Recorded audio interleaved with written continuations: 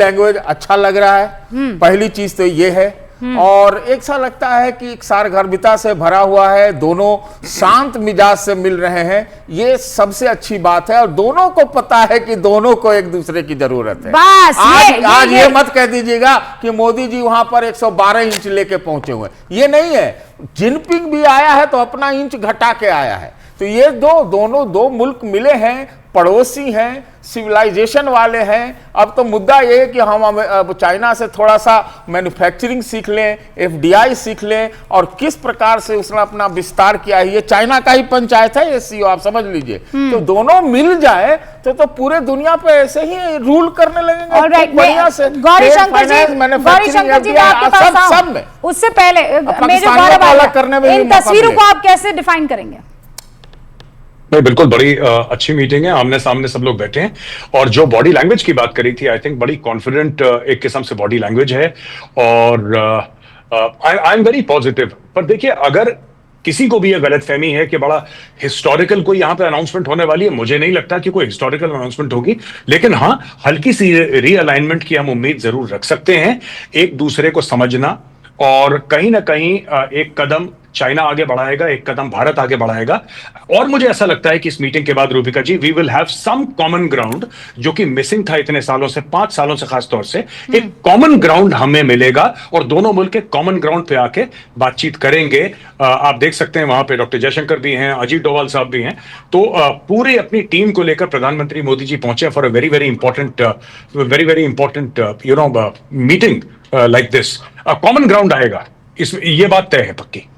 और इसमें जो रंग उन्होंने चुना है ना सर, वो रंग भी बहुत महत्वपूर्ण है। निनाद, आप देख रहे हैं ना, he is wearing a creamish sort of white, है ना? ये एक हिस्टोरिक मीटिंग आपके सामने जो दो लीडर मिल रहे हैं, वो हम ये भूल जाते हैं कि दुनिया की 35% पॉपुलेशन के लीडर्स मिल रहे हैं, 35% की। इसका मतलब क्या है? हाई स्टेक्स मीटिंग है। चीन को भी नॉर्मलाइजेशन चाहिए इस वक्त। चीन पे टैरिफ्स का हमारे से बहुत ज्यादा असर पड़ता है। वो एक एक्सपोर्ट ड्रिवन इकोनॉमी है, हम एक कंजम्पशन इकोनॉमी है। हम इतना एक्सपोर्ट करते ही नहीं है कि हमारे को टैरिफ से इतना ज्यादा फर्क पड़ेगा, पर इतना ज्यादा तो चीन तो हिल जाएगा। तो इस वक्त चीन को भी जरूरत है। और आप देख सकते हैं बॉडी लैंग्वेज में कि चीन के जो लीडर हैं शी जिनपिंग, वो इस वक्त कोई असर्टिव बॉडी लैंग्वेज नहीं दिखा रहे हैं। वो अपना बिजनेस करने के लिए बॉडी लैंग्वेज दिखा रहे हैं। एक द आर्ट ऑफ डील, इसमें आयरनी ये है कि जो ट्रंप ने एक किताब लिखी थी आर्ट ऑफ द डील, वो यहां पे आपको आर्ट ऑफ द डील नजर आएगी कि जो डुएबल है वो टेबल पे होगा, जो जहां डिफरेंसेस हैं वो लॉन्ग टर्म पर्सपेक्टिव में होगा। जब लीडर्स मिलते हैं तो लॉन्ग टर्म पर्सपेक्टिव भी होता है, हर चीज एक साथ में नहीं होती है। तो मेरे को लगता है कि बॉर्डर इश्यू पे लॉन्ग टर्म पर्सपेक्टिव होगा, market access short term perspective होगा। भारत और चीन का एक फ्रंट टैरिफ पे एक साथ आना, ये बहुत बड़ी बात होगी अगर कोई जॉइंट स्टेटमेंट में आता है कि टैरिफ इज अनफेयर। तो मेरे को लगता है कि यहां डुएबल्स क्या काम हो रहा है, ये बहुत ज्यादा इंपॉर्टेंट मीटिंग है दुनिया के और एशिया के सुपर पावर्स के बीच में। नीरज भी हमारे साथ जुड़े हुए हैं। नीरज कुछ कहना चाह रहे हैं। नीरज, आपके पास क्या जानकारी इस वक्त मिल रही है? प्रधानमंत्री नरेंद्र मोदी शी जिनपिंग की मुलाकात की ये तस्वीरें स्क्रीन पर इस वक्त दर्शक देख रहे हैं।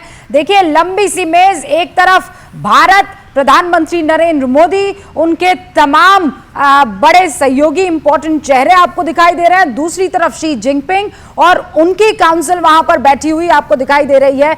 दोनों एक दूसरे से बातचीत कर रहे हैं। हम लोग बॉडी लैंग्वेज भी देख रहे हैं। दोनों के बीच की वो मुस्कान और जिसे कहते हैं वार्मथ, वो दिखाई इस वक्त दे रही है। नीरज, रूबिका, देखिए, प्रधानमंत्री नरेंद्र मोदी ने अपनी बात रखी है। क्या कुछ कहा है वो तो थोड़ी देर बाद सामने आएगा, क्योंकि अभी तक जो वीडियो सामने आए हैं उसमें उन्होंने जो तथ्य रखे हैं वो सामने नहीं आए। दूसरी बात आपको बता दें कि बहुत देर से आप लोग की चर्चा हो रही है कि बॉर्डर मसले पर क्या कुछ किया जाएगा। देखिए, बॉर्डर मसले पर आज कुछ बात नहीं होगी, क्योंकि अभी हाल ही में दो हफ्ते पहले बड़े फैसले लिए गए बॉर्डर मसले पे। आपको बताना चाहेंगे उसको स्टेबल करने को लेकर दोनों नेता अपनी मुहर लगा देंगे। क्या बॉर्डर मसले पे हुआ है वो आपको बता दें। 5 महत्वपूर्ण पॉइंटर है, लेकिन इसमें 3 मुख्य बातें। पहला, ये WMCC working mechanism on consultation and coordination एक मैकेनिज्म है भारत और चीन के बीच में जो कूटनीतिक स्तर पे है। इसमें एक एक्सपर्ट ग्रुप बनाने पर फैसला हुआ है भारत और चीन के बीच में, ये एक्सपर्ट ग्रुप तय करेगा कि बॉर्डर का डिलिमिटेशन कैसे किया जाए जहां जहां विवाद है। दूसरा एक WMCC के अंतर्गत वर्किंग ग्रुप बनाने का फैसला हुआ है, वो ये तय करेगा कि बॉर्डर का मैनेजमेंट कैसे हो, यानी बॉर्डर का प्रबंधन कैसे किया जाए। तीसरा ये फैसला हुआ है कि जो नॉर्मल मैकेनिज्म है, अभी जो पश्चिमी इलाके में, भारत और चीन के पश्चिमी क्षेत्र में बॉर्डर मैनेजमेंट के लिए जो मैकेनिज्म है, उसके अलावा पूर्वी और मध्य क्षेत्र के लिए भी ऐसा ही मैकेनिज्म स्थापित किया जाए और पश्चिमी क्षेत्र के लिए जो मैकेनिज्म है उसकी बैठक जल्द आयोजित की जाए। ये तीन बहुत इंपॉर्टेंट पॉइंटर है और ये बताते हैं कि भारत और चीन कितने संजीदा हैं अपने बॉर्डर मसले को हल करने के लिए। ऑलराइट, तो ये यहाँ पर देखिए नीरज बता रहे हैं कि क्या कह रहे हैं, यानी जो कंटेंट है इस मीटिंग का वो क्या है। आपसे कुछ ही देर में नीरज के पास वो जानकारी आ जाएगी और नीरज सबसे पहले न्यूज़ 18 इंडिया के दर्शकों को देंगे। लेकिन आप गौर कीजिएगा, जो कलर इस वक्त प्रधानमंत्री नरेंद्र मोदी ने पहना है, आप ये कह सकते हैं अरे भैया कोई कलर पहनकर पहुंच जाए, नहीं, हर चीज को बारीकी से अगर परखा जाए तो उसके माने डिफरेंट नजर आते हैं। इस वक्त प्रधानमंत्री नरेंद्र मोदी क्रीम कलर का ड्रेस पहने हुए, जो कुर्ता पजामा है उसके ऊपर उन्होंने एक सदरी डाली हुई है और पिंक कलर का पॉकेट स्क्वायर उन्होंने डाला हुआ है।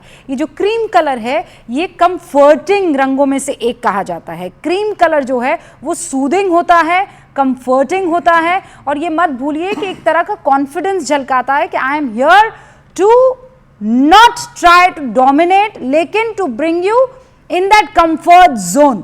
एक मैसेज ये है। दूसरा, अगर आप क्रीम और वाइट की बात करें तो ये कामनेस, प्योरिटी और कॉन्फिडेंस को झलकाते हैं, प्रोफेशनलिज्म को झलकाते हैं और वो कलर इस वक्त यहां पर दिखाई दे रहा है प्रधानमंत्री नरेंद्र मोदी ने जो पहना है। बहरहाल बात यहां पर रंगों के साथ साथ आप ट्रेड में कौन सा रंग लाने वाले हैं और ट्रेड का वो रंग एक नया वर्ल्ड ऑर्डर कैसे बनाने वाला है, इस पर RSN सिंह साहब भी हमारे साथ जुड़ चुके हैं। गौरी शंकर जी, पहले मैं आपका रुख कर रही हूं। ये जो 40 मिनट की बैठक होगी उसकी कुछ तस्वीरें, उसकी कुछ झलकियां आपके सामने आ गई है। How do you explain these pictures? आपको ये तस्वीरें देखकर क्या नजर आ रहा है? रूबिका जी, मेरे को ये नजर आ रहा है कि प्रधानमंत्री काफी कॉन्फिडेंट हैं और उनको ऐसा लग रहा है कि इस मीटिंग के बाद इंडिया और चाइना के रिलेशंस में कुछ अच्छा रिपेयर होगा और कुछ हद तक उनको नॉर्मलाइज करना संभव होगा। आप याद करें जब वो बायलैटरल मीटिंग वुहान में हुई थी और उसके बाद अपने महाबलीपुरम में हुई थी, उसी तरह का कुछ मेरे को लग रहा है कॉन्फिडेंस प्रधानमंत्री का आज। तो ये नॉर्मलाइजेशन की तरह, इसमें आपने सही कहा कि इस रास्ते में काफी कांटे भी हैं और कई उबड़ खाबड़ जगह हैं, लेकिन कुछ हद तक ये नॉर्मलाइजेशन की तरफ पहुंच रहा है और वो आज उसके ऊपर सील लग जाएगी, मेरा ये पूरा मानना है। दूसरा चीज ये है कि हमारी जो ट्रेड, इसको ट्रम्प टैरिफ टायरानी TTT जो है उसके ऊपर जरूर चर्चा होगी। उसमें चाइना भी इम्पैक्टेड है, रसिया भी इम्पैक्टेड है और हम भी इम्पैक्टेड है।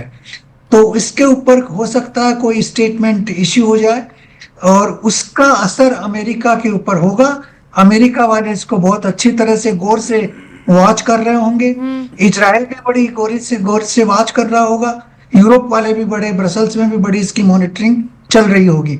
तो ये एक स्टेटमेंट मेरे को लग रहा है कहीं ना कहीं डायरेक्टली इनडायरेक्टली ये कहीं ना कहीं से निकलेगा। ओके। और तीसरी चीज मैं ये मानता हूं कि हमें, जैसे कुछ हमारे गौरव जी ने भी कहा और सतीश जी ने भी कहा, हमारे रिलेशंस अमेरिका के साथ टेम्परेरीली डिसरिपेयरमेंट की पोजीशन में हो गए ट्रम्प के एक टायरानिक एटीट्यूड की वजह से।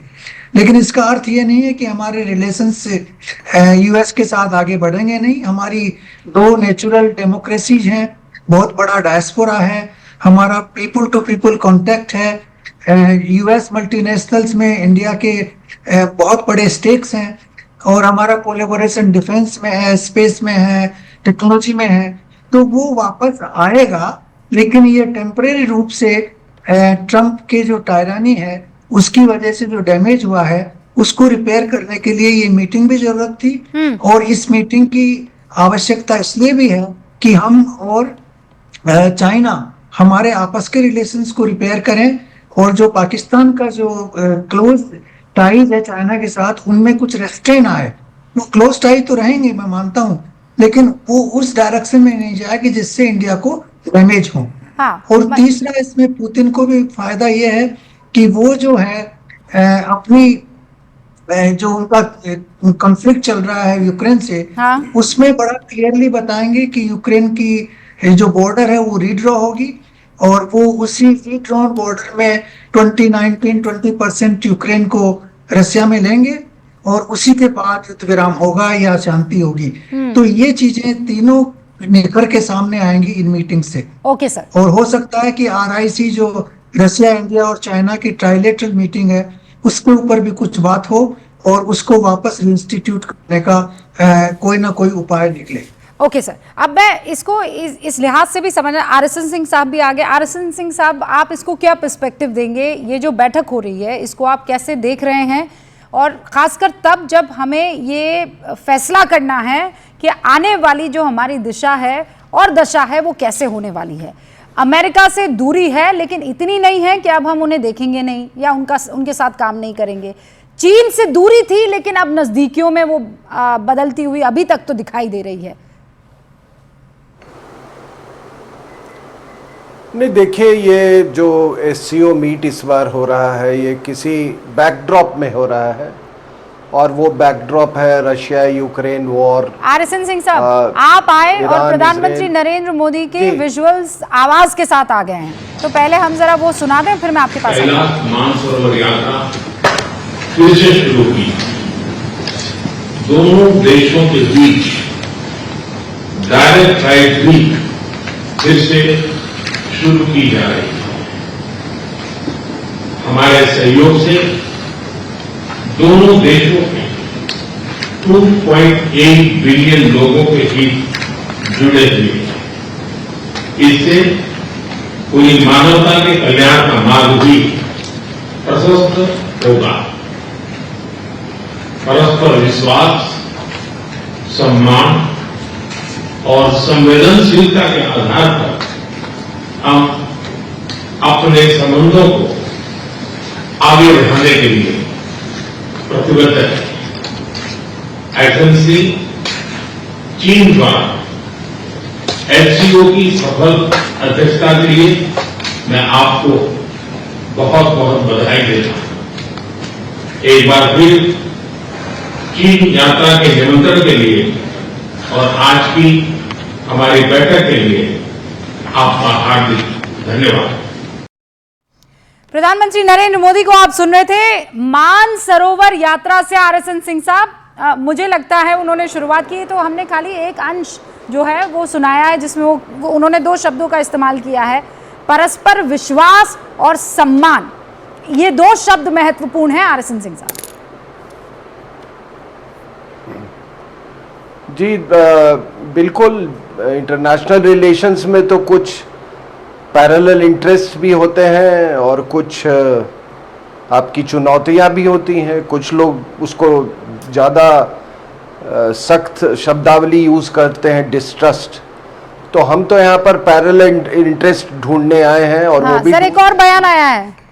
अपने संबंधों को आगे बढ़ाने के लिए प्रतिबद्ध है। एजेंसी चीन द्वारा SCO की सफल अध्यक्षता के लिए मैं आपको बहुत बहुत बधाई देता हूं। एक बार फिर चीन यात्रा के निमंत्रण के लिए और आज की हमारी बैठक के लिए। RSN सिंह साहब, माफी, हमें लगा था कि एक नया एक और जो है वो बयान आया है, वो वापस वही प्ले हो गया। सॉरी साहब। हाँ, बात कंटिन्यू कीजिए।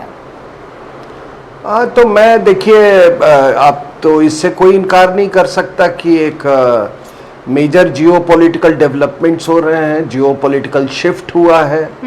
और आपने देखा इसको इंडिया वर्सेस US और इंडिया एंड US और इंडिया एंड चाइना ये इसको बाइनरी बना के ना देखें। अच्छा, लोग ये ना भूलें कि अभी अमेरिका ने चाइना के जो टैरिफ्स थे वो कम कर दिए। क्यों कम कर दिए? क्योंकि